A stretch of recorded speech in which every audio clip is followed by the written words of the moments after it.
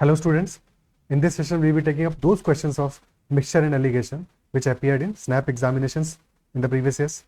चलिए start करते हैं. First question is a container has a mixture containing 3/4 of the milk and remaining is water. After diluting the mixture with water, final mixture contains half milk and half water. So how much of the liquid will be extracted and replaced with water? Extracted and replaced is important. So already milk का क्या condition है? Already mixture में हमारा milk 3/4 है और बाकी water है, तो मिल्क वाटर का रेशियो क्या है? 3:1 का. And after diluting the mixture with water, final mixture contains half milk and half water. Question is asking how much of the liquid will be extracted and replaced with water. तो finally क्या condition होने वाला है कि जितना milk होगा उतना ही water हो जाएगा. इनिशियली क्या है टोटल, अगर 4 लीटर्स है लेट अस से मिल्क और वाटर मिला के, तो फाइनली भी उतना ही होगा बिकॉज हम एक्सट्रैक्ट करके रिप्लेस कर रहे हैं, तो वॉल्यूम तो चेंज नहीं होगा. वॉल्यूम चेंज नहीं होगा बट मिल्क और वाटर दोनों इक्वल हो जाएगा, यानी कि फाइनली मिल्क और वाटर दोनों का दोनों 2:2 हो जाएगा. और क्योंकि इस प्रोसेस में हम मिक्सचर निकाल रहे हैं और वाटर से रिप्लेस कर रहे हैं, यानी कि ऐड वाटर कर रहे हैं, मिल्क को ऐड नहीं कर रहे हैं, तो इनिशियल में मिल्क का क्वांटिटी 3 यूनिट्स है और फाइनल में मिल्क का क्वांटिटी 2 यूनिट्स है, यानी कि मिल्क का क्वांटिटी 1 यूनिट डिक्रीज किया है. और ये एक्सट्रैक्ट करके जो हमने रिप्लेसमेंट किया है उसकी वजह से डिक्रीज किया होगा. तो क्वेश्चन ने क्या पूछा है, कितना लिक्विड हमने एक्सट्रैक्ट करके रिप्लेस किया है. तो that liquid is this. Total हमारा मिल्क था 3, तो 1/3 है. ये लिक्विड नहीं है, ये मिल्क है, ठीक है. इसी प्रपोर्शन में लिक्विड होगा. तो मिल्क हमारा 1 रिमूव हो गया 3 यूनिट्स में से, यानी कि लिक्विड भी 3 यूनिट्स में से 1 ही रिमूव हुआ होगा. क्या ये बात समझ में आती है? ठीक है. तो जितना हमारा मिल्क रिमूव हुआ है उतना ही लिक्विड रिमूव होगा, क्योंकि अल्टीमेटली मिल्क अकेला तो हमने निकाला नहीं होगा, हमने तो मिक्सचर निकाला है और उस मिक्सचर में से जो मिल्क निकला है वो हमने फाइंड आउट कर लिया है कि इनिशियली 3 यूनिट्स था और फाइनली 2 यूनिट्स है. क्लियर है? इस क्वेश्चन में देखो एक लाइन है जो कंफ्यूज करती है शायद, जिसकी वजह से कई बच्चों को कंफ्यूजन हुआ कि क्वेश्चन का जो सेकंड लाइन है वो कह रहा है after diluting the mixture with water. ठीक है, सेकंड लाइन ये कह रहा है कि हमने डाइल्यूट किया है मिक्सचर को वाटर से, तो इससे ये समझ में आ रहा है कि जो इनिशियल क्वांटिटी था हमने उसमें डायरेक्टली सिर्फ वाटर ऐड किया है, बट ऐसा नहीं हुआ है. लास्ट लाइन क्लियरली कह रहा है कि how much of the liquid will be extracted and replaced with water, यानी कि सबसे पहले हमने मिक्सचर का कुछ पोर्शन निकाला है और जितना पोर्शन निकाला है हमने उतना ही वाटर ऐड किया है. रिप्लेस का मतलब यही हुआ, जितना पोर्शन हमने लिक्विड का निकाला है उतना ही हमने वाटर ऐड किया है. तो इनिशियली हमारा 4 लीटर्स मिक्सचर था, फाइनली 4 लीटर्स ही रहा क्योंकि हमने उसमें वाटर ऐड किया है. क्लियर है? क्या बात समझ में आती है? बट कैसे ऐड किया है, पहले हमने मिक्सचर में से कुछ मिक्सचर का प्रोपोर्शन निकाला और जितना हमने निकाला है उतना ही हमने रिप्लेस कर दिया है वाटर से. That is why answer will be 1/3.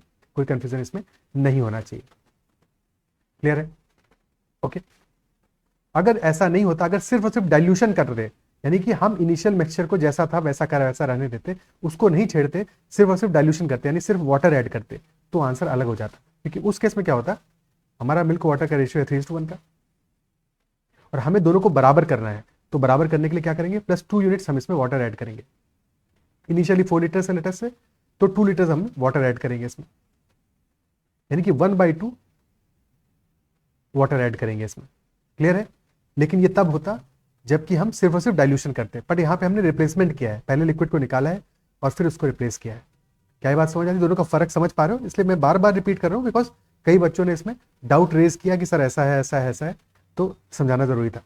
Next question, Mohan has a 200 litre container. X liters of the milk is kept in the container. Mohan removes 6 liters milk and adds 6 liters water. He again replaces 6 liters of solution with water. Now milk and water are in the ratio 9:16. तो X की value यहाँ पे क्या होगी? Container का volume है 200 litres, पर उसका इस क्वेश्चन में कोई यूज नहीं है. क्वेश्चन में यूज किसका है? X लीटर्स जो मिल्क है कंटेनर में उसकी बात हो रही है, और उस X लीटर्स में से मोहन ने 6 लीटर्स मिल्क को पहले रिमूव किया और फिर उसमें 6 लीटर्स वाटर ऐड किया है. क्लियर है? यानी कि मिल्क कितना बच जाएगा, पहली बार इनिशियली X लीटर्स मिल्क था और हमने 6 लीटर्स को रिमूव किया है, तो यानी कि फाइनली X - 6 लीटर्स मिल्क बचेगा टोटल X लीटर्स में से, बिकॉज 6 लीटर्स हमने मिल्क रिमूव किया है और 6 लीटर्स वाटर को ऐड किया है. सो टोटल में से मिल्क का प्रपोर्शन होगा X - 6/X. Is that so? फिर अगेन हमने क्या किया, फिर अब जो हमारा मिक्सचर बना है उसमें से 6 litres mixture is removed and it is replaced with water. So milk का proportion will be this multiplied by again जो मिल्क रहा होगा वो X - 6/X बचेगा. So effectively X - 6 का whole square upon X square. This will be proportion of milk in the total solution. In total solution. क्या ये बात समझ में आती है? तो हमारा टोटल सॉल्यूशन में मिल्क लास्ट में गिवन है, फाइनली गिवन है 9:16 है, 9 मिल्क है, 16 वाटर है, यानी टोटल कितना होगा 9 + 16 25, 25 में से मिल्क हमारा 9 है, यानी 9/25 will be equal to x - 6 का whole square upon x square. This is nothing but 3/5 का होल स्क्वायर। तो यहाँ से x - 6 upon x will be equal to 3/5। क्या ये बात समझ पा रहे हो? ठीक है, ओके। सो x - 6 अपॉन x हमारा 3/5 है, विच इंप्लाइज कि जो 6 है, 3 क्या है हमारा, 3 इज 5 - 3 अपॉन 5। तो this 6 is equal to 3 units, यानी कि 1 unit is equal to 2, and if 1 unit is equal to 2 तो x will be equal to 5 × 2, यानी कि 10। क्लियर है? 10 लीटर्स हो जाएगा x का वैल्यू। क्या ये बात समझ में आती है? Option A.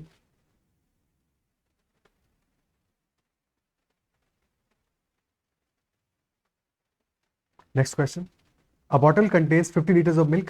From this bottle 5 liters of milk is taken out and replaced by water. This process was repeated further for 3 times.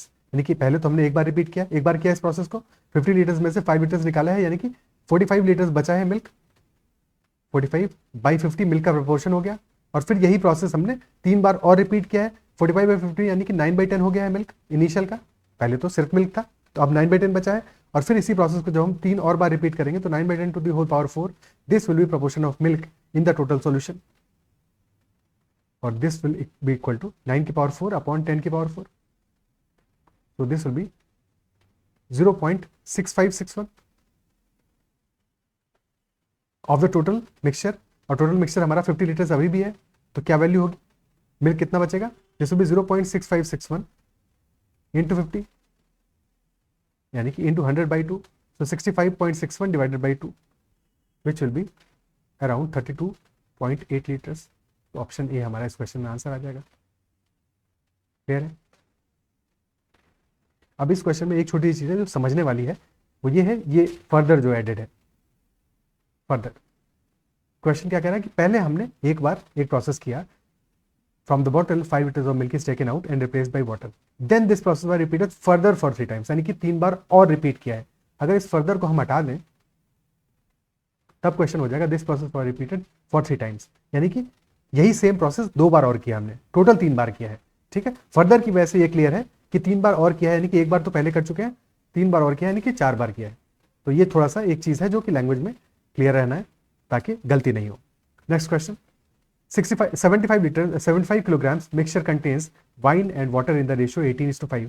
How much more water is to be added to get a new mixture containing wine and water in the ratio 2:1? ये light थोड़ा सा dim आ रहा था। Okay, सो wine और water का ratio हमारा 2:1 का हो जाए, और इनिशियली क्या है 18:7 का है, और यहाँ पे हम वाटर ऐड कर रहे हैं सिर्फ। तो अगर हमें रेशियो 2:1 करना है, इनिशियली क्या 18:7, यानी 18 + 7 कितना, 25 यूनिट्स, और इसकी वैल्यू है 75 किलोग्राम्स के बराबर। किलोग्राम में कैसे वेट कर रहे हैं, एनीवे दैट्स फाइन। तो 75 किलोग्राम से 25 यूनिट्स हमारा 75 kg के बराबर, यानी 1 यूनिट हमारा 3 kg के बराबर होगा, यानी कि वाइन हमारा 54 यूनिट्स है और वाटर हमारा 21 यूनिट्स है।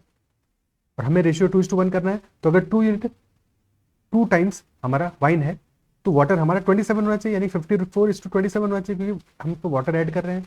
उसके लिए हमें क्या करना पड़ेगा, +6 kg वाटर ऐड करना पड़ेगा kg में। ठीक है, +6 kg, ऑप्शन सी आंसर हो जाएगा। कोई दिक्कत? क्लियर है? kg हो लीटर हो, आंसर 6 ही होने वाला है। कोई समस्या? Next question, how much Pepsi at ₹6 per litre is added to 15 liters of mu at ₹10 per liter so that the price of the mixture be ₹9 per liter. तो Pepsi का जो हमारा प्राइस है वो है ₹6, और म्यू का जो प्राइस है दैट इज ₹10, और एवरेज हमारा कितना आ रहा है, average is coming out to be, या फिर मिक्सचर का जो प्राइस है that is coming out to be 9। 10 - 9 हो जाएगा 1, और 9 - 6 हो जाएगा 3, तो 1:3 का रेशियो होगा इनकी क्वांटिटी का, और म्यू की क्वांटिटी हमें गिवन है 15 लीटर्स, तो 3 litres is equal to 15 litres, यानी 1 यूनिट हमारा हो जाएगा 5 लीटर। यही क्वेश्चन है पूछा है, तो 5 लीटर हमारा आंसर हो जाएगा option A. Clear? Next question, class A, B and C have average scores of 83, 76 and 85 respectively. Average of class A and B is 79, average of class B and C is 81. So we have to find the combined average of classes A, B and C together. A और B का A का average is 83, B का average is 76 और A और B का combined average है 79. Allegation apply कर देते हैं तो 79 माइनस 76 3 आ जाएगा, 79 माइनस 83 4 आ जाएगा. 3:4 का रेशियो है क्लास ए और क्लास बी के नंबर में. फिर बी और सी की बात करें तो बी का एवरेज है 76 और सी का है 85 और बी और सी का कंबाइंड एवरेज है हमारा 81. 85 माइनस 81 4 और 81 माइनस 76 5. तो 4:5 का रेशियो है बी और सी के नंबर में. तो बिल्कुल सिंपल रेशियो बन गया ए बी और सी का 3:4:5 और इनका कंबाइंड एवरेज निकालना है. ए का एवरेज है 83, बी का है 76 और सी का है 85. अब instead of multiplying these values हम क्या कर सकते हैं, किसी एक वैल्यू का एवरेज मान लें. तो लेट अस से हमने एवरेज मान लिया है 76 को. तो अगर 76 हमारा एवरेज है तो एक तरह से 0 हो गया, बस इससे डेविएशन जो होगा उतना ही ऐड करना पड़ेगा, सब्ट्रैक्ट करना पड़ेगा. ठीक है, तो 76 तो डेफिनेटली हमारा एवरेज है. 83 क्या है, 83 76 प्लस 7 और 85 है 76 प्लस 9. तो हमारा एवरेज क्या आ जाएगा, 76 तो हमने ऑलरेडी लिया है प्लस दिस 7 जो एक्स्ट्रा है 7 इंटू 3 21 प्लस 9 एक्स्ट्रा है 9 into 5 45 divided by 3 plus 4 plus 5. Because यहाँ पे तो 0 है तो 0 इंटू 4 तो 0 ही हो जाएगा. 3 प्लस 4 प्लस 5 हो जाएगा, 5 plus 4 9 plus 3 12 divide by 12. 76 plus ये आ गया 66 अपॉन 12 यानी कि 5.5. तो 81.5 विल बी अवर आंसर. क्या बात क्लियर होती है? ठीक है, 81.5 हमारा आंसर आ जाएगा इस क्वेश्चन में. Next question, shopkeeper mixes two types of sugar. If he mixes them in the ratio 3:2, his profit is 10%, and if he mixes them in the ratio 2:3, his profit is 5%. If the selling price of the mixture is rupees 40, then find the ratio of cost price of both types of sugar.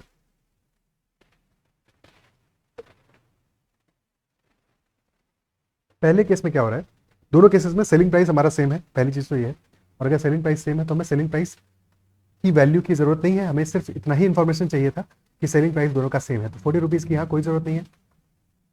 अब ये assume कर लें कि पहली वाली जो sugar है उसका कॉस्ट x है और दूसरी वाली शुगर यानी कि शुगर 1 का कॉस्ट x है और शुगर 2 का कॉस्ट y है. फर्स्ट केस में we are mixing in the ratio 3:2. तो इफेक्टिव कॉस्ट क्या हो जाएगा, 3x plus 2y divide by 5. This will be average cost और 10% का प्रॉफिट हो रहा है यानी कि सेलिंग प्राइस कितना होगा, that will be this multiplied by 11/10. This is our selling price. और सेकंड केस में 2:3 में मिक्स कर रहे हैं यानी कि 2x plus 3y divide by 5. This will be the cost, average cost. और प्रॉफिट हो रहा है 5% का 5% यानी कि 1/20. तो this multiplied by 21/20 will be selling price. अब इक्वेट कर देते हैं. ठीक है, इक्वेट कर देते हैं. तो 5 से 5 कैंसिल आउट हो गया, 10 से काटेंगे 2 बचेगा यहाँ पे. तो this will be 33x plus 22y and that is equal to 42x plus 63y divided by 2.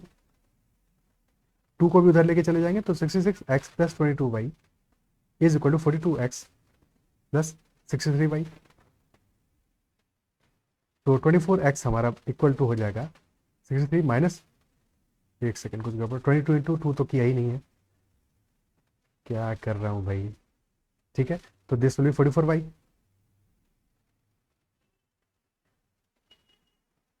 तो 19y हो जाएगा. 24x 19y के बराबर है यानी कि x अपॉन y की वैल्यू आ जाएगी हमारी 19/24.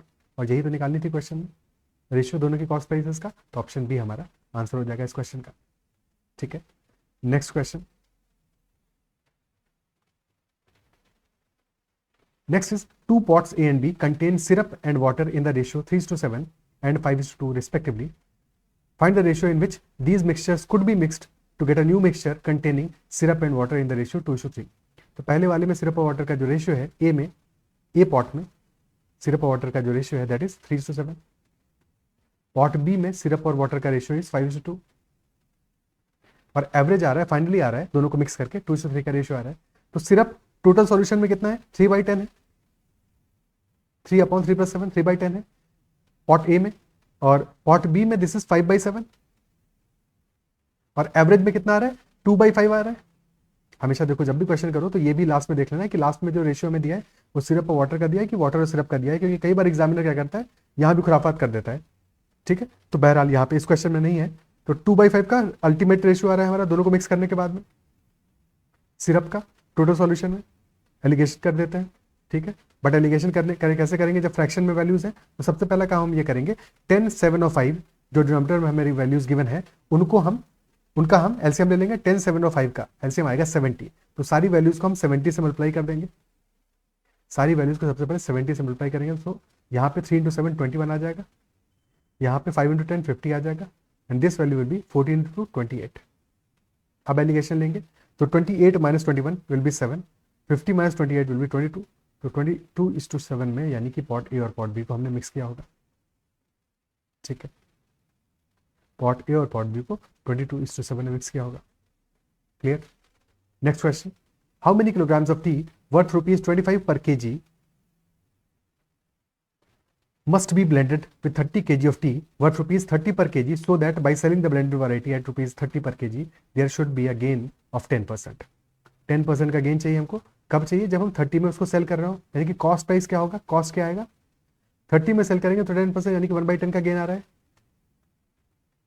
यानी कि 10 अगर कॉस्ट है तो 11 में हम सेल कर रहे हैं और 30 हमारी सेलिंग प्राइस है। Is it so? सॉरी, ये वाला 30 नहीं, अगला वाला 30 सेलिंग प्राइस है। So this 30 is selling price, तो कॉस्ट प्राइस क्या आ जाएगा, दैट विल 30 × 10/11, 300/11। फर्स्ट टी का T1 का कॉस्ट है 25 और T2 का कॉस्ट है 30, और एवरेज कॉस्ट हमारा आ रहा है 300/11। अगेन 11 फ्रैक्शन में आ रहा है तो 11 से दोनों वैल्यूज को मल्टीप्लाई कर देंगे, तो वैल्यूज क्या आ जाएंगी, 25 × 11 275, 30 × 11 330, एंड 300/11 तो 300 हो जाएगा। एलिगेशन लगाते हैं, 330 - 300 30 आ जाएगा, 300 - 275 25 आ जाएगा, यानी जो रेशियो होगा वो होगा 6:5 का।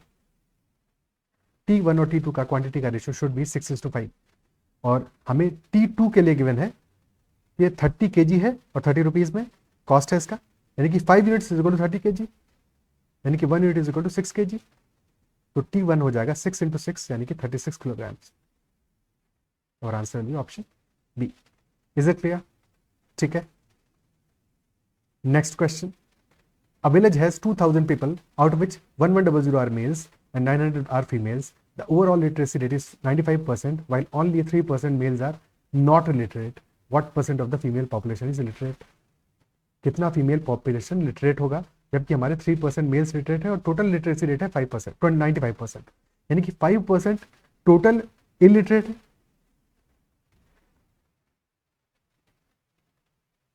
है कि नहीं? और ये वैल्यूज एक्चुअल में इतनी आसान है कि 2000 का 5% कितना होगा, दैट विल बी 100, तो 100 टोटल इलिटरेट होंगे, और 3% मेल्स हैं जो कि नॉट लिटरेट है यानी कि इलिटरेट है। 3% मेल्स यानी कि 1100 का 3% कितना होगा, 33 मेल्स होंगे जो कि इलिटरेट है, तो बची हुई सारी फीमेल्स होंगी। फीमेल्स का नंबर कितना आ जाएगा, 100 - 33 यानी कि 67, तो 67 females are illiterate out of 900, 67/900 × 100, ये हमारा परसेंटेज आ जाएगा, यानी कि 67/9, 9 7 are 63, तो 7 and 4/9, 7.44% हमारा females will be illiterate. Question में इलिटरेट नहीं पूछा है, लिटरेट पूछा है, तो 100% में से माइनस कर देंगे, आंसर आ जाएगा 92.55% विल बी अपना आंसर, ऑप्शन ए। क्लियर है? ठीक है, ऐसे भी कर सकते थे कि 3% मेल्स हमारे लिटरेट नहीं है, नॉट लिटरेट है, मेल्स नॉट लिटरेट फीमेल्स के बारे में हमें निकालना है कितनी होगी, लेटर से x है, और एवरेज हमें पता है, एवरेज कितना आ रहा है 5% नॉट लिटरेट का। ठीक है, और रेशियो हमें मेल और फीमेल का पता है, दैट इज 11:9, तो 5 - 3 आ जाएगा 2, और ये आ जाएगा x - 5, और रेशियो गिवन है कितना, रेशियो इज 11:9, बट वैल्यूज हमारी सिंपल थी तो हम ऐसे क्यों करेंगे, हम डायरेक्टली सॉल्व कर लेंगे। ठीक है, अदरवाइज ऐसे करके देख लेते हैं कि x - 5/2 हमारा आ जाएगा 11/9, तो यहाँ से x - 5 आ जाएगा 22/9, और फिर सॉल्व कर देंगे तो x will be equal to 22/9 + 5। ठीक है, क्या ये बात समझ में आती है? पर इस क्वेश्चन में इसकी जरूरत नहीं है, वैल्यूज इतनी सिंपल है कि डायरेक्टली हमने सॉल्व करके देख लिया। I guess this is the last question, और मिक्सचर एलिगेशन के इतने ही सवाल आए हैं लास्ट 8 to 10 ईयर्स में। तो समझ में आ गए होंगे सारे के सारे question. That is all for this session. फिर मिलते हैं अगले सेशन में। अगर कोई क्वेश्चन में डाउट रह गया तो ज़रूर पूछ लीजिएगा, और अगर सेशन पसंद आया है तो इसको लाइक ज़रूर करना है, और अगर चैनल को अब तक सब्सक्राइब नहीं किया है तो ज़रूर कर लीजिएगा। That is all for this session. Bye bye, take care, see you in the next session.